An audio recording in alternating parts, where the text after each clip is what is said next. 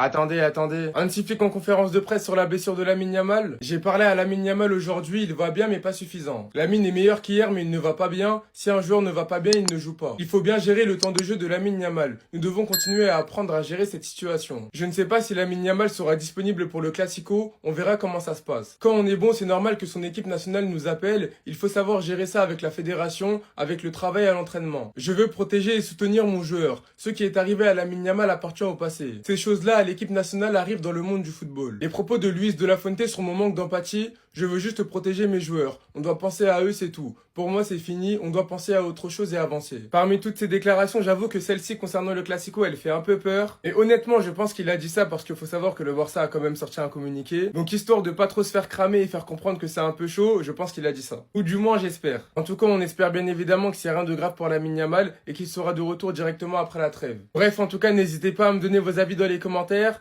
histoire de savoir ce que vous en pensez, et moi je lirai tout ça. Le plan du Barça serait que Lamine Yamal soit à 100% pour le Classico, mais j'espère qu'ils vont pas répéter la même erreur que face au Paris Saint-Germain. Le plan pour Lamine est d'obtenir quelques minutes contre Gérone le 18 octobre, de débuter contre Olympiakos le 21 octobre et d'être en pleine forme pour le Classico le 26 octobre. Il manquera donc que le match contre Séville et la trêve internationale. Dit comme ça, c'est comme si on nous expliquait indirectement que c'est juste pour le reposer et qu'il esquive la trêve, ou que le Barça a pris un risque en le faisant jouer contre le Paris Saint-Germain alors qu'il n'était pas réellement à 100%, une chose que je ne peux pas croire parce que le joueur lui-même a teasé son retour sur Instagram en disant qu'il était de retour et Flick l'avait lui-même dit en conférence que Lamine Yamal était à 100% et qu'il n'y a aucun risque de rechute. Donc franchement les gars, cette histoire elle est très louche, sachant que la blessure de Lamine on l'a appris uniquement après que la liste de l'Espagne soit sortie, alors que le match c'était mercredi soir, que le lendemain jeudi il y a eu entraînement et qu'on aurait appris la blessure de Lamine Yamal vendredi après la liste. Enfin bref, on voit très bien le duel de coq entre De La Fuente et Flick. Demain il y aura la conférence de Flick pour le match contre Séville. Les journalistes lui poseront sûrement des questions concernant Lamine, donc on en saura un peu plus, mais ce qu'on sera la vérité je ne sais pas. Nous aurons nos réponses après la trêve et nous verrons s'il est dans le groupe contre Gérone. Pour l'instant pas de quoi s'enflammer, même si on entendra beaucoup de spéculations durant cette trêve et j'ai hâte d'avoir des nouvelles de Flick. Enfin bref, sinon vous les gars vous en pensez quoi? Ramenez-vous sur Snap, on s'ennuie.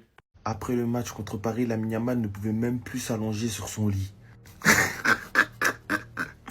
Eh les gars, je vous jure, les humains, ils sont drôles. Ça veut dire qu'il y a un individu qui s'est caché en dessous du lit de Yamal. Ou qui sait, peut-être que c'est le lit lui-même qui nous donne l'info. On sait jamais en vrai.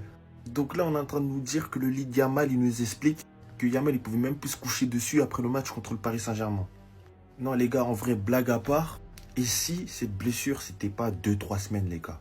Et si cette histoire de pubalgie, de pubis, était vraiment dangereuse en fait, et qu'on se dirigeait vers un même destin?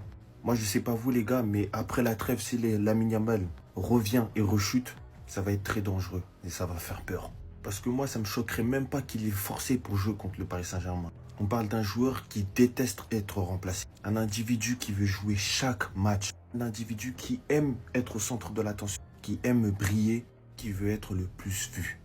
Et lorsque tu es ce genre de joueur et qu'on te dit qu'il y a un match de prestige face au Paris Saint-Germain et que tu pourrais le manquer à cause de ton pénis, je pense sincèrement que tu feras tout pour le jouer. C'était Jorginho do Brasil, les gars. Et j'espère vraiment que le numéro 10 du légendaire Lionel Messi n'est pas une malédiction. Pow! Je vous jure qu'on en a tellement pas fait assez avec ce coup franc. Normalement, c'est la cause de la rechute du petit. C'est une dinguerie frappe un coup franc comme ça. Je vous jure que c'est une dinguerie.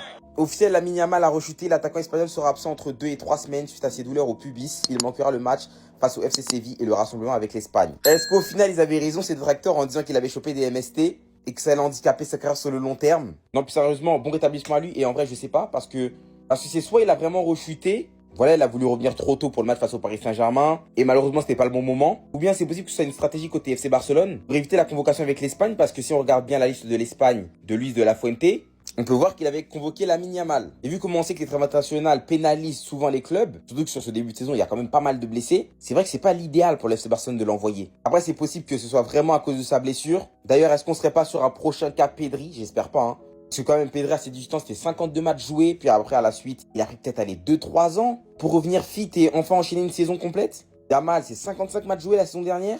Est-ce qu'il aurait pas cramé le petit? On verra. J'espère pas en tout cas. Bon rétablissement à lui, qu'il revienne vite. Autant vous dire que ça ne sent pas bon du tout pour Lamine Yamal et la suite de sa carrière, qui sait. En tout cas, ça ne laisse rien de bon à présager. Lamine Yamal qui fait une rechute de sa pubalgie et qui sera absent 2 à 3 semaines, les gars. À titre personnel, moi, ça m'avait interpellé déjà dans un premier temps qu'il revienne aussi vite sur les terrains. C'est-à-dire qu'il avait joué une trentaine de minutes face à la Sociedad. Et par son entrée, il a même permis au Barça de décanter la situation. Mais quand tu joues 30 minutes après ton retour de blessure et que tu n'as plus forcément de rythme, on ne te met jamais titulaire face au Paris Saint-Germain. Je pense que c'est lui qui a dû insister parce qu'il voulait jouer ce match. Il a même fait ses petites stories, etc. Il savait que c'était pas un rendez-vous à rater. Il a dû forcer sur sa pubalgie et bam, rechute. Là, à quoi s'expose Lamine Yamal, c'est qu'à long terme, cette blessure lui plombe sa carrière, les gars. Une pubalgie, ça peut tuer des carrières. De la même manière qu'un ligament croisé. Alors, ok, c'est beaucoup moins grave. Et ça peut soigner parce qu'il est jeune, les os sont encore en train de se développer. Mais faut pas jouer avec cette blessure-là. Et Lamine Yamal, là, il sera écarté des terrains. Heureusement, il y aura la trêve. Il fera qu'on sentira pas trop son absence. En tout cas, côté FC Barcelone. J'espère qu'il va se servir de cette trêve pour bien soigner sa pubalgie. Parce qu'il faut pas rigoler avec ça, les gars. Qu'il soit jeune ou pas, c'est pas un jeu, les gars. Là, ça va l'écarter encore 2 à 3 semaines des terrains. Déjà que Luis de la Fuente avait pris le risque de le faire jouer alors qu'il avait déjà une gêne au niveau du pubis, encore une fois. Il a aggravé sa blessure dans un premier temps. Il revient, il rechute. Les gars, j'espère que ça va pas faire ça tout au long de la saison. Il y a une Coupe du Monde à jouer à la fin de la saison, je rappelle. Et il y a des titres à aller chercher pour le FC Barcelone. Donc on va lui souhaiter un bon rétablissement. Mais ça, là, ça sent pas bon du tout pour Lamine. Restez sobre, abonnez-vous les gars, ça travaille. Lamine Yamal sera absent pour les 3 prochaines semaines au minimum, tout simplement parce que le joueur espagnol ressent encore une douleur toujours au niveau du pubis. Avant le match face au Paris Saint-Germain, j'avais sorti une vidéo pour vous expliquer qu'il avait une pubalgie. Comment se gérait une pubalgie, c'est-à-dire que Lamine Yamal n'est pas officiellement blessé, mais qu'il a une gêne. La pubalgie, ce n'est pas une blessure, c'est une gêne, qui donc met le joueur qu'il a contracté dans de mauvaises conditions pour jouer. Le Barça a donc pris un énorme risque en le faisant jouer contre le Paris Saint-Germain, par ego, car le Barça voulait prouver sa supériorité face au PSG. Et donc, conséquence de cela, Lamine Yamal sera au minimum absent pour les 3 prochaines semaines. Il va manquer le rassemblement avec l'équipe d'Espagne. Et donc, sa participation au Classico de la fin du mois d'octobre face au Real Madrid est désormais plus qu'incertaine. Et une vraie réflexion va être posée sur sa pubalgie.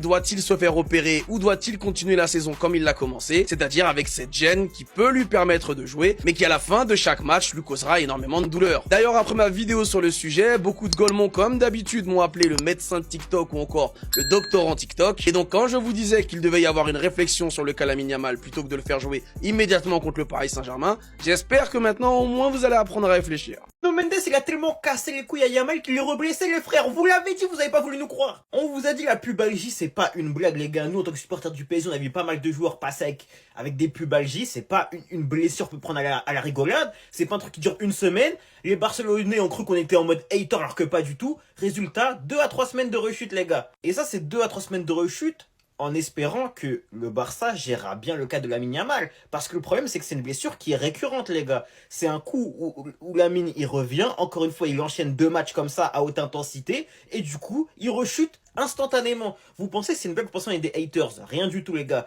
Moi, je vais me répéter. Hein. Je vais dire Yamal. Bah oui, Yamal, je suis con, moi. Je suis pas pour le Barça, les gars. Je n'aime même pas le Barça tout court. Mais Yamal, c'est un crack. Yamal est le plus grand crack actuel dans le football. L'un des plus grands prospects de l'histoire du football, les gars. Rendez-vous compte de la folie du joueur, s'il vous plaît. En tant que fan de foot, personne ne veut que ce gars-là soit blessé. Personne ne veut que sa carrière soit, entre guillemets, freinée par des pépins physiques. Encore moins une pubalgie. Ce n'est pas une blague. Donc les gars, arrêtez de prendre un truc comme ça à la rigolade. Arrêtez de penser même qu'on est des haters de Yamal alors que pas du tout. Les gars, c'est une blessure sérieuse. C'est réellement une blessure sérieuse. Et la vérité, c'est qu'il n'aurait même pas dû jouer le match contre le PSG, les gars. C'est ça la vérité. Flick a vraiment voulu gagner à tout prix. Au final, il vous êtes fait botter supplément le jour et il a rechuté, les gars. C'est du grand n'importe quoi.